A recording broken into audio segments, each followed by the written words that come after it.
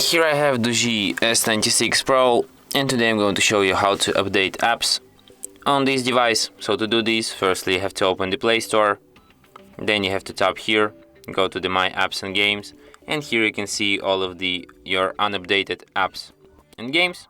You can update them one by tapping update button next to them, or you can just tap this update all button and update them all at once, but this could take some time, so it's for you to decide if you want to update them one by one or update them all at once. You're free to go. And that's it. Thanks for watching.